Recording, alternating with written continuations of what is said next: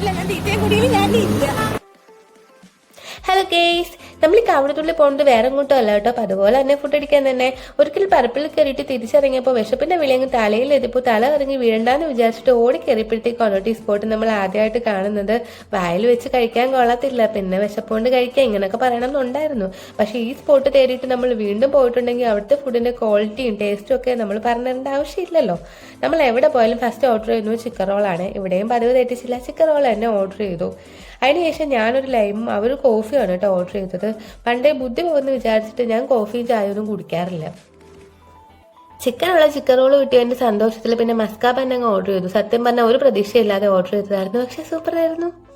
അപ്പോഴത്തേക്ക് അവിടുത്തെ ചേട്ടൻ നമ്മുടെ തീറ്റി കണ്ടിട്ട് വന്നിട്ട് പറഞ്ഞു എവിടെന്നോ കുറച്ച് വെറൈറ്റി ഐറ്റംസ് ഒക്കെ വന്നുകൊണ്ടിരിക്കുന്നുണ്ട്, കുറച്ചുകൂടി വെയിറ്റ് ചെയ്തിരിക്കുകയാണെങ്കിൽ അതുകൂടി കഴിക്കാന്ന്.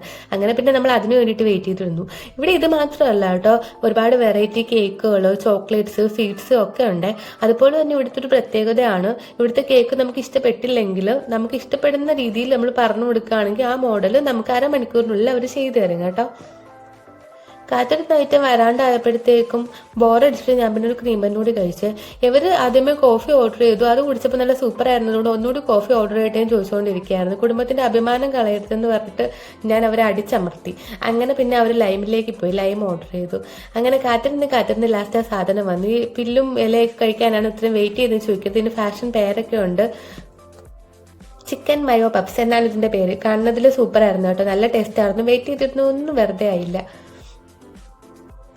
ടേസ്റ്റി ആയിട്ടുള്ള ഫുഡ് സമാധാനമായിട്ട് ഒരിടത്തു നിന്ന് കഴിക്കാൻ പറ്റിയ ആരെങ്കിലും നോ പറയാമോ? ഞാൻ പറയില്ല കേട്ടോ. ഇനി ലൊക്കേഷൻ പറയാവേ. ആറ്റിങ്ങൽ മൂന്നുമുക്ക് സുന്ദരൻ തട്ടുകടയുടെ ഓപ്പോസിറ്റ് ആണ് ക്രീം സ്റ്റോം ഡെലിക്കസീസ്. എല്ലാവരും വന്ന് കഴിച്ചു നോക്കണം കേട്ടോ. താങ്ക്